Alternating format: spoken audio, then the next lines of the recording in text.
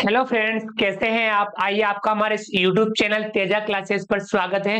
Friends, आज की class में हम समझेंगे क्रिया एवं क्रिया के भेद। आइए समझते हैं।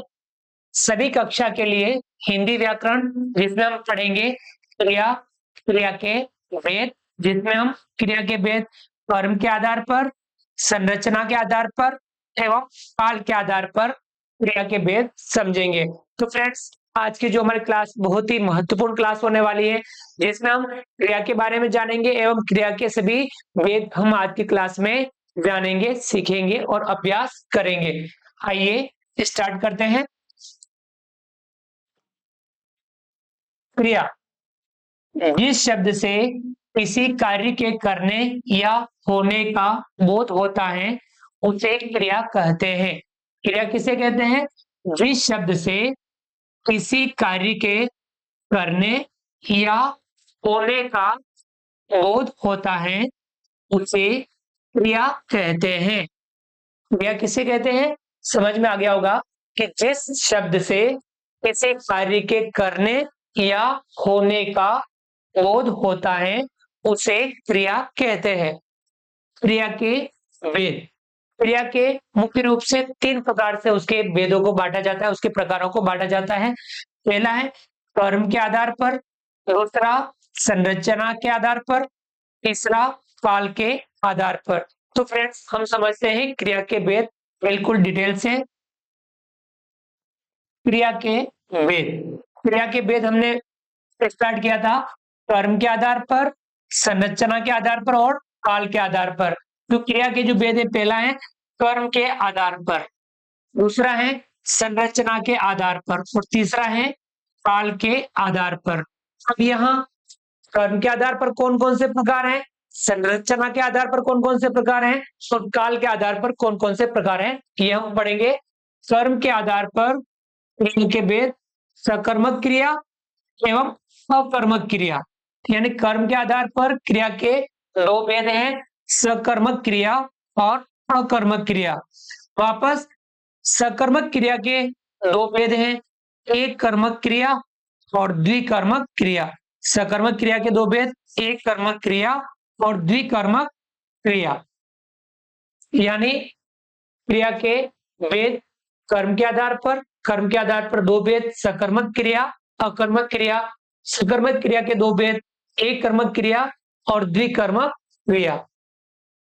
इसी प्रकार से दूसरा है संरचना के आधार पर क्रिया के भेद। संरचना के आधार पर क्रिया के भेद पांच है: संयुक्त क्रिया, नाम धातु क्रिया, प्रेरणार्थक क्रिया, पूर्वकालिक क्रिया, कृदंत क्रिया। ये इस प्रकार से पांच प्रकार हैं संरचना के आधार पर: संयुक्त क्रिया, नाम धातु क्रिया, प्रेरणार्थक क्रिया, पूर्वकालिक क्रिया और कृदंत क्रिया। इसी प्रकार से काल के आधार पर क्रिया के तीन भेद हैं: भूतकालिक क्रिया, वर्तमान कालिक क्रिया, भविष्यकालिक क्रिया। यानी काल के आधार पर तीन भेद: भूतकालिक क्रिया, वर्तमान कालिक क्रिया और भविष्यकालिक क्रिया। तो ये हमने क्रिया के भेद पढ़े। पहला कर्म के आधार पर, दूसरा संरचना के आधार पर, तीसरा काल के आधार पर। कर्म के आधार पर दो क्रिया, सकर्मक क्रिया, अकर्मक क्रिया। सकर्मक क्रिया के दो भेद, एक कर्मक क्रिया, द्विकर्मक क्रिया। संरचना के आधार पर पांच प्रकार: संयुक्त क्रिया, नाम धातु क्रिया, प्रेरणार्थक क्रिया, पूर्वकालिक क्रिया, कृदंत क्रिया। काल के आधार पर तीन प्रकार: भूतकालिक क्रिया, वर्तमान कालिक क्रिया, भविष्यकालिक क्रिया। तो ये क्रिया के भेद। तो आप इस प्रकार से इसे अपने नोटबुक में उतार सकते हैं। पढ़ते हैं, हम इनको थोड़ा डिटेल से पढ़ते हैं, क्रिया के भेदों को हम अच्छे से समझेंगे। तो पहला प्रकार है कर्म के आधार पर। यानी क्रिया शब्द का फल किसी पर पड़ रहा है, वह किसे प्रभावित कर रहा है, इस आधार पर किया जाने वाला भेद कर्म के आधार पर क्रिया के भेद के अंतर्गत आता है। यानी क्रिया शब्द का फल किस पर पड़ रहा है, वह किसे प्रभावित कर रहा है, इस आधार पर किया जाने वाला भेद कर्म के आधार पर क्रिया के भेद के अंतर्गत आता है। यानी क्रिया शब्द का जो फल है किस पर पड़ रहा है, वह किसे प्रभावित कर रहा है, इस आधार पर यदि भेद किया जाता है तो यह आधार क्रिया के भेद के अंतर्गत आता है। यानी भेद कर्म के आधार पर आता है। कर्म के आधार पर क्रिया के प्रमुख दो भेद हैं। कर्म के आधार पर क्रिया के प्रमुख दो भेद हैं, असकर्मक क्रिया व अकर्मक क्रिया। तो यहाँ कर्म के आधार पर दो भेद, सकर्मक क्रिया, अकर्मक क्रिया। तो आइए जानते हैं सकर्मक क्रिया एवं अकर्मक क्रिया को। है सकर्मक क्रिया, स अर्थात सहित, अतः सकर्मक क्रिया का अर्थ है कर्म के साथ, इसके साथ, कर्म के साथ। सकर्मक यानी स अर्थात सहित, अतः कर्मक, सकर्मक का अर्थ होता है कर्म के साथ, सकर्मक कर्म के साथ। परिभाषा है इसकी, जिस क्रिया का फल कर्ता को छोड़कर कर्म पर पड़े वह सकर्मक क्रिया कहलाती है। यानी जिस क्रिया का फल कर्ता को छोड़कर कर्म पर पड़े वह सकर्मक क्रिया कहलाती है। यानी क्रिया का जो फल है कर्ता को छोड़ करके किस पर पड़े, कर्म पर पड़े, वह सकर्मक क्रिया कहलाती है। जैसे बच्चा चित्र बना रहा है या गीता सितार बजा रही है, यहाँ पे सकर्मक क्रिया है। देखिए किस प्रकार से इस प्रश्न में, देखिए अब यदि प्रश्न किया जाए कि बच्चा क्या बना रहा है, देखिए बच्चा चित्र बना रहा है, तो इसका प्रश्न किया जाए कि बच्चा क्या बना रहा है, बच्चा क्या बना रहा है, तो इसका उत्तर होगा चित्र, यानी कर्म। क्या बना रहा है, बच्चा चित्र बना रहा है, तो बच्चा क्या बना रहा है, बच्चा चित्र बना रहा है। तो यहाँ पे यानी कर्म पर क्रिया हो रही है। तथा गीता क्या बजा रही है, गीता सितार बजा रही है, तो इसका प्रश्न क्या होगा, गीता क्या बजा रही है, गीता सितार बजा रही है, तो इसका उत्तर क्या होगा, सितार, यानी कर्म। इस प्रकार से जिस क्रिया का फल कर्ता को छोड़कर कर्म पर पड़े वह सकर्मक क्रिया कहलाती है। तो आपको समझ में आ गया होगा, सकर्मक क्रिया यानी कर्म के साथ। आइए आगे बढ़ते हैं और समझते हैं सकर्मक क्रिया के दो भेद हैं। सकर्मक क्रिया के पुनः कितने भेद हैं, दो भेद हैं। पहला, एक कर्मक क्रिया, जिस वाक्य में क्रिया के साथ एक कर्म प्रयुक्त हो उसे एक कर्मक क्रिया कहते हैं। यानी जिस वाक्य में क्रिया के साथ एक कर्म प्रयुक्त हो उसे एक कर्मक क्रिया कहते हैं। जैसे माँ पढ़ रही है, माँ पढ़ रही है, यहाँ माँ के साथ एक ही कर्म यानी पढ़ना हो रहा है। क्या कर्म हो रहा है माँ के साथ, पढ़ना।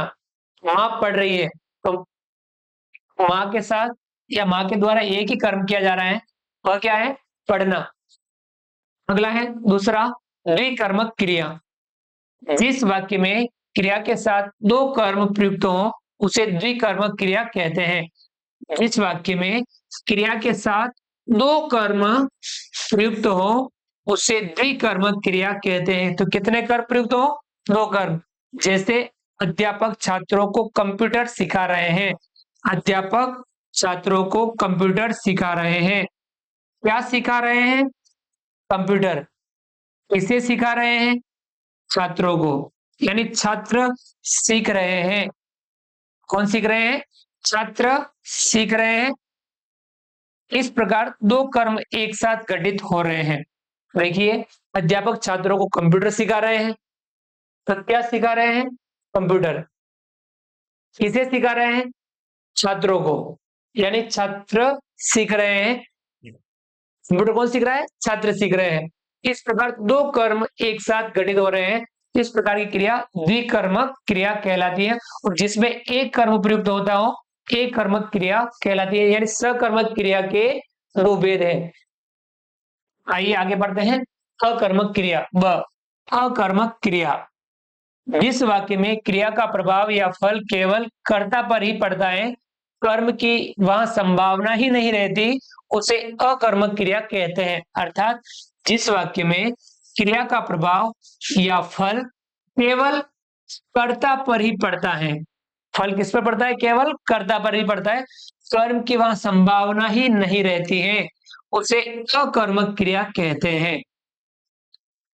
यानी जिस वाक्य में क्रिया का प्रभाव या फल केवल कर्ता पर ही पड़ता है, कर्म की वहां संभावना ही नहीं रहती है, उसे अकर्मक क्रिया कहते हैं। जैसे आशा सोती है, आशा सोती है, इस प्रकार का इसमें अकर्मक क्रिया है, आशा सोती है। तो यानी आगे बढ़ते हैं अपन, क्रिया का दूसरा भेद, संरचना के आधार पर। वाक्य में क्रिया का प्रयोग कहाँ किया जा रहा है, किस रूप में किया जा रहा है, के आधार पर किए जाने वाले भेद संरचना के आधार पर कहलाते हैं। यानी वाक्य में क्रिया का प्रयोग कहाँ किया जा रहा है, इस रूप में किया जा रहा है, के आधार पर किए जाने वाले भेद संरचना के आधार पर कहलाते हैं। यानी ये भेद संरचना के आधार पर कहलाते हैं कि यहाँ क्रिया का प्रयोग कहाँ किया जा रहा है, किस रूप में किया जा रहा है, के आधार पर किए जाने वाले भेद संरचना के आधार पर कहलाते हैं। इसके 5 प्रकार हैं। संरचना के आधार पर क्रिया के कितने प्रकार हैं? 5 प्रकार। अ है संयुक्त क्रिया, व है नाम धातु क्रिया, स है प्रेरणार्थक क्रिया, र है पूर्वकालिक क्रिया, यह है कृदंत क्रिया। आइए इस संरचना के आधार पर क्रिया के जो प्रकार है इनको अपन डिटेल से जानते हैं। तो है संयुक्त क्रिया, जब दो या दो से अधिक भिन्न अर्थ रखने वाली क्रियाओं का मेल हो उसे संयुक्त क्रिया कहते हैं। यानी जब दो या दो से अधिक भिन्न अर्थ रखने वाली क्रियाओं का मेल हो उसे संयुक्त क्रिया कहते हैं। दो या दो से अधिक भिन्न अर्थ रखने वाली क्रियाओं का मेल संयुक्त क्रिया कहलाता है। जैसे अतिथि आने पर स्वागत करो, अतिथि आने पर स्वागत करो। तो यहां देखिए इस वाक्य में आने मुख्य क्रिया है, यानी ये मुख्य क्रिया कौन सी हुई? आने। तथा स्वागत करो ये सहायक क्रिया है, स्वागत करो, अतिथि आने पर स्वागत करो। तो आने ये हो गई मुख्य क्रिया और ये हो गई स्वागत करो सहायक क्रिया हो गई। इस प्रकार मुख्य एवं सहायक क्रिया दोनों का संयोग है, अतः इसे संयुक्त क्रिया कहते हैं। यानी इस प्रकार यहाँ मुख्य एवं सहायक क्रिया दोनों का संयोग है, अतः इसे संयुक्त क्रिया कहते हैं। मुख्य क्रिया एवं सहायक क्रिया दोनों का क्या है? संयोग है, इसलिए इसे संयुक्त क्रिया कहते हैं। मुख्य क्रिया के साथ सहायक क्रिया एक से अधिक भी हो सकती है। मुख्य क्रिया के साथ सहायक क्रियाएं एक से अधिक भी हो सकती है, ये आपको ध्यान रखना है। तो आपको समझ में आ गया हो गया संयुक्त क्रिया यानी दो भिन्न अर्थ रखने वाली क्रियाओं का संयोग। दो या दो से अधिक, सहायक क्रिया अधिक भी हो सकती है, तो दो या दो से अधिक भिन्न अर्थ रखने वाली क्रियाओं का मेल हो उसे संयुक्त क्रिया कहते हैं। आइए पढ़ते हैं क्रिया का अगला, ये इसमें प्रकार पढ़ते हैं अपन। नाम धातु क्रिया, संज्ञा सर्वनाम विशेषण शब्द जब क्रिया धातु की तरह प्रयुक्त होते हैं उन्हें नाम धातु क्रिया कहते हैं। और इन नाम धातु शब्दों में जब प्रत्यय लगाकर क्रिया का निर्माण किया जाता है तब वे शब्द नाम धातु क्रिया कहलाते हैं। समझिए, संज्ञा सर्वनाम विशेषण शब्द जब क्रिया धातु की तरह प्रयुक्त होते हैं उन्हें नाम धातु क्रिया कहते हैं। और इन नाम धातु शब्दों में जब प्रत्यय लगाकर क्रिया का निर्माण किया जाता है तो वे शब्द नाम धातु क्रिया कहलाते हैं। देखिए जैसे हाथ संज्ञा है, हथिया नाम धातु हो गया और हथियाना क्रिया हो गई। संज्ञा है हाथ, हाथ से बना हथिया नाम धातु हो गया और हथिया से बना हथियाना एक क्रिया बन गई। यानी इसका उदाहरण देख लीजिए, जैसे नरेश ने सुरेश का कमरा हथिया लिया, नरेश ने सुरेश का कमरा हथिया लिया। यहां हथिया यानी हथियाना एक क्रिया हो गई। अपना सर्वनाम है, अपना नाम धातु बना और इससे अपनाना क्रिया बन गई, अपनाना। अपना से अपना, जैसे विनीत सुनीता के विवाह की जिम्मेदारी को अपना चुका है। विनीत सुनीता के विवाह की जिम्मेदारी को अपना चुका है। यहाँ अपना यानी अपनाना क्रिया हो गई। इस प्रकार से सर्वनाम, सर्वनाम से नाम धातु बना और नाम धातु यानी क्रिया की जगह प्रयुक्त हो रहा है। तो आप इसको समझ लीजिए, संज्ञा सर्वनाम विशेषण शब्द जब क्रिया धातु की तरह प्रयुक्त होते हैं तो उन्हें नाम धातु क्रिया कहते हैं। और इन नाम धातु शब्दों में जब प्रत्यय लगाकर क्रिया का निर्माण किया जाता है तब वे शब्द नाम धातु क्रिया कहलाते हैं। तो आपको नाम धातु क्रिया समझ में आ गई होगी। आइए आगे बढ़ते हैं, अगला पढ़ते हैं। स है प्रेरणार्थक क्रिया। प्रेरणार्थक क्रिया जब कर्ता स्वयं कार्य का संपादन न कर किसी दूसरे को करने के लिए प्रेरित करे या करवाए उसे प्रेरणार्थक क्रिया कहते हैं। यानी जब कर्ता स्वयं कार्य का संपादन न कर किसी दूसरे को करने के लिए प्रेरित करे या करवाए उसे प्रेरणार्थक क्रिया कहते हैं। कर्ता स्वयं कार्य नहीं करता है तो दूसरे को प्रेरित करके कार्य करवाता है यानी प्रेरित करता है, तब वह क्रिया जो वहां होती है वहां प्रेरणार्थक क्रिया कहलाती है। जैसे सरपंच ने गांव में तालाब बनवाया। सरपंच ने गांव में तालाब बनवाया, तो यहां देखिए तालाब बनवाया, इसमें सरपंच ने स्वयं कार्य नहीं किया बल्कि अन्य लोगों को प्रेरित कर उनसे तालाब का निर्माण करवाया, अतः यहाँ प्रेरणार्थक क्रिया है। तो ये बनवाना यहाँ पर प्रेरणार्थक क्रिया हो गई। सरपंच ने गांव में तालाब बनवाया, तो सरपंच ने स्वयं नहीं बनाया, प्रेरित करके दूसरों से तालाब बनवाया, यानी इसमें सरपंच ने स्वयं कार्य नहीं किया बल्कि अन्य लोगों को प्रेरित कर उनसे तालाब का निर्माण करवाया, अतः यहाँ प्रेरणार्थक क्रिया है। समझ में आ गई? प्रेरणार्थक क्रिया जब कर्ता स्वयं कार्य का संपादन न कर किसी दूसरे को करने के लिए प्रेरित करे या करवाए उसे प्रेरणार्थक क्रिया कहते हैं। आइए अगला पढ़ते हैं। पूर्वकालिक क्रिया। पूर्वकालिक क्रिया जब किसी वाक्य में दो क्रियाएं प्रयुक्त हुई हो तथा उनमें से एक क्रिया दूसरी क्रिया से पहले संपन्न हुई हो तो पहले संपन्न होने वाली क्रिया पूर्वकालिक क्रिया कहलाती है। यानी जब किसी वाक्य में दो क्रियाएं प्रयुक्त हुई हो तथा उनमें से एक क्रिया दूसरी क्रिया से पहले संपन्न हुई हो तो पहले संपन्न होने वाली क्रिया पूर्वकालिक क्रिया कहलाती है। जो पहले संपन्न होती है यानी जब किसी वाक्य में दो क्रिया प्रयुक्त हुई हो तथा उनमें से एक क्रिया दूसरी क्रिया से पहले संपन्न हुई हो तो पहले संपन्न होने वाली क्रिया पूर्वकालिक क्रिया कहलाती है। इन क्रियाओं पर लिंग, वचन, पुरुष, काल आदि का कोई प्रभाव नहीं पड़ता। ये अव्यय तथा क्रिया विशेषण के रूप में भी प्रयुक्त होती हैं। यानी इन क्रियाओं पर लिंग, वचन, पुरुष, काल आदि का कोई प्रभाव नहीं पड़ता। ये अव्यय तथा क्रिया विशेषण के रूप में भी प्रयुक्त होती है। ये आपको समझना है। तो ये था पूर्वकालिक क्रिया। इसको अपन थोड़ा अच्छे से समझते हैं उदाहरणों के माध्यम से। जैसे मूल धातु में कर लगाने से सामान्य क्रिया को पूर्वकालिक क्रिया का रूप दिया जा सकता है।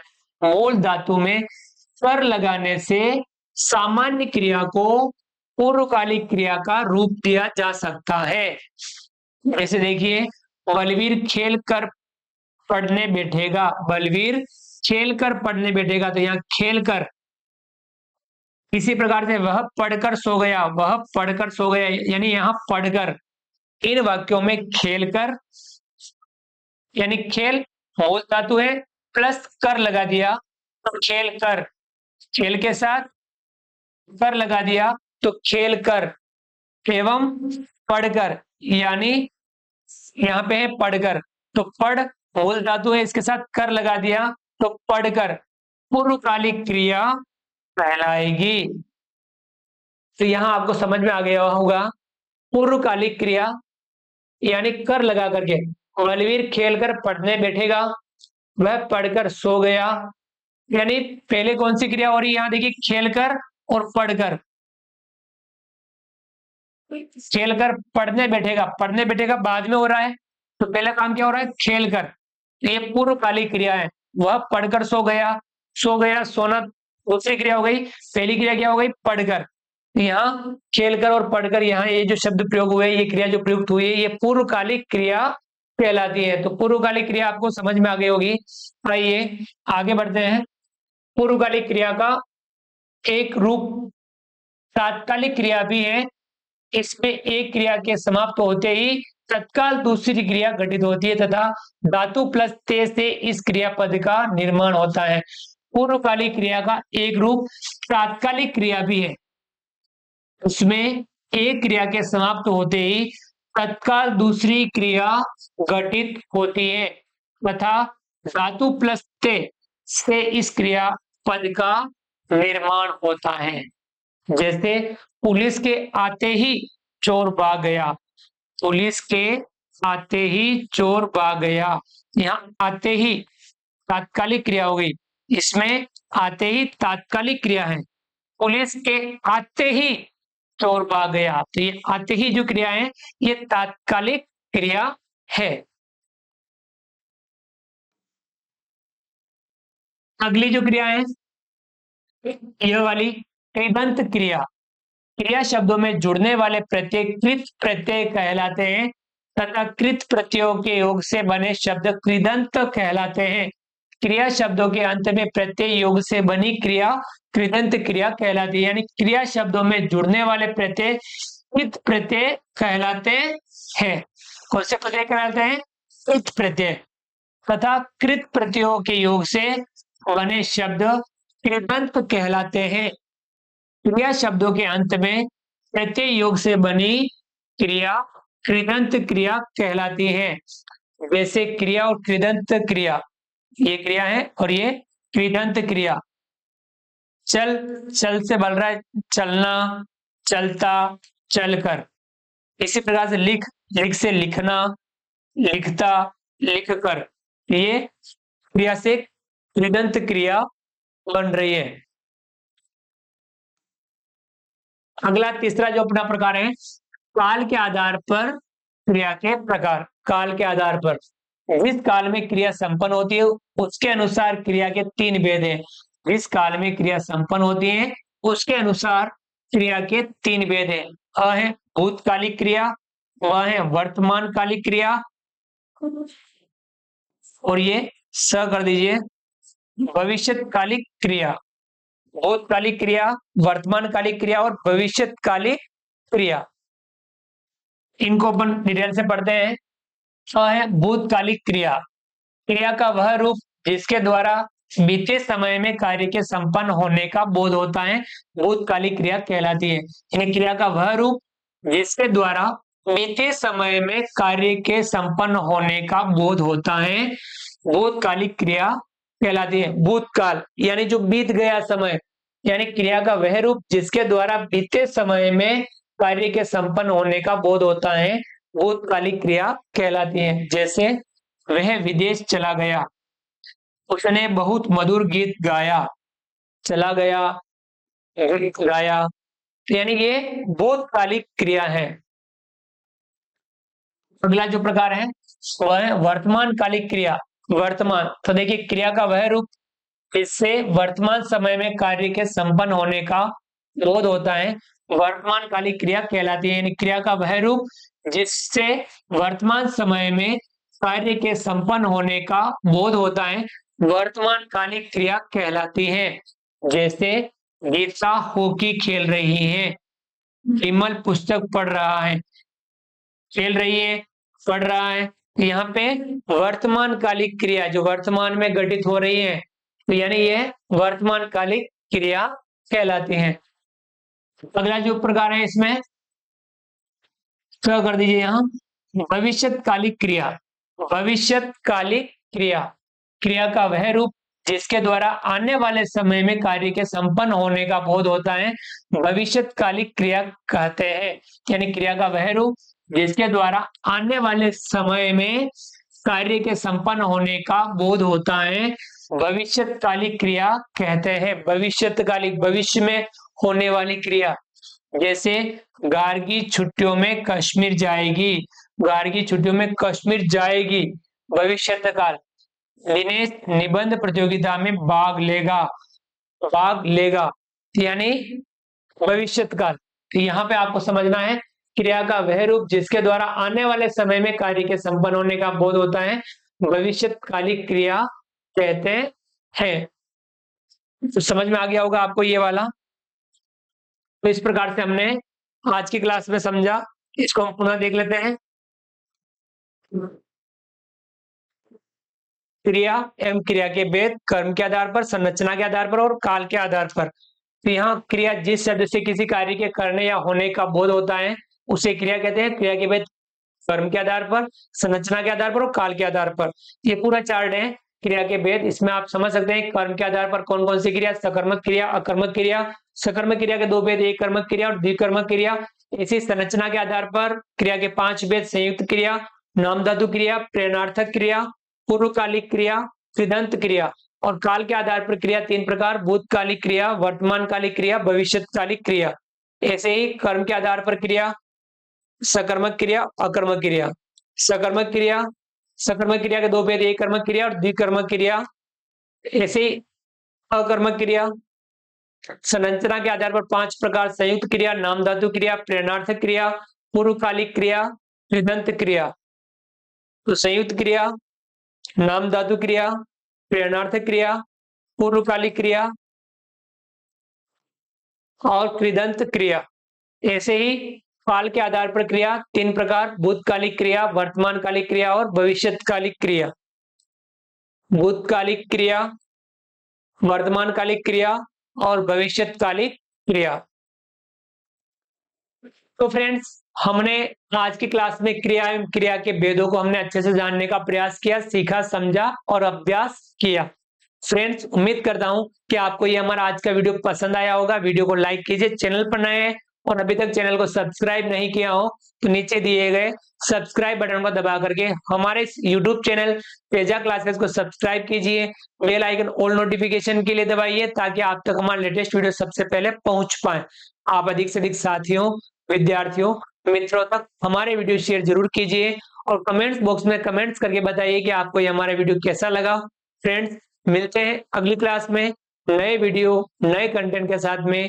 तब तक के लिए थैंक यू, धन्यवाद, जय हिंद, जय भारत। आपका दिन शुभ रहे। Thank you.